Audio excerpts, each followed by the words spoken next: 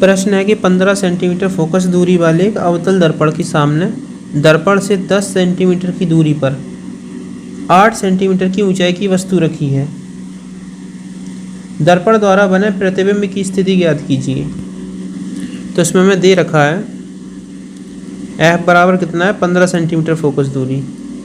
तो F बराबर -15, क्योंकि अवतल दर्पण इसलिए हम माइनस लेते हैं, उत्तल में प्लस।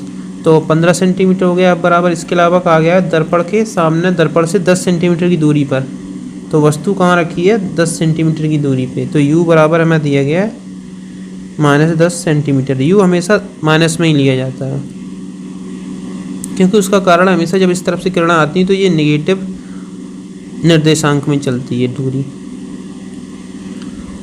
इसके अलावा हमें एक चीज़ दी गई कि दर्पण की ऊंचाई 8 सेंटीमीटर, यानी ऑब्जेक्ट बराबर दिया गया हमें 8 सेंटीमीटर।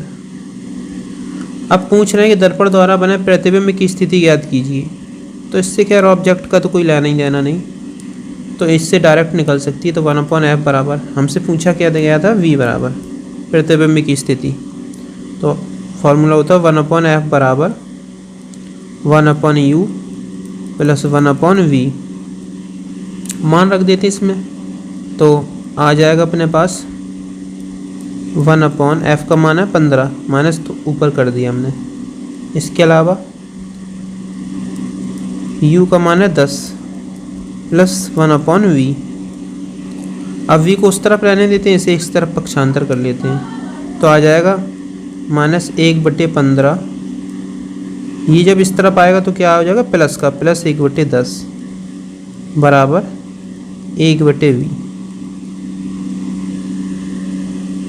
अब देखो इसे नीचे हर बराबर कर लेते हैं। तो हर बराबर करने के लिए एक काम करेंगे, इसमें 3 से गुणा कर देंगे तो 30 हो जाएगा, इसमें 2 से गुणा कर देंगे तो 30 हो जाएगा। तो ऊपर भी करना पड़ेगा फिर 2 से, इसमें अगर 3 है तो इसमें 3 से।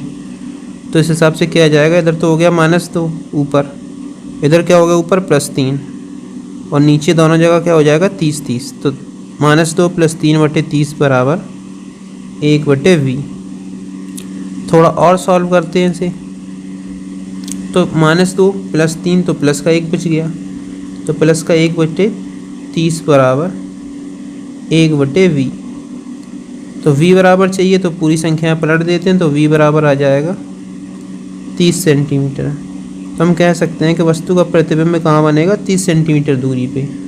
और बनेगा कैसा, प्लस है तो इसलिए आभासी प्रतिबिंब होगा।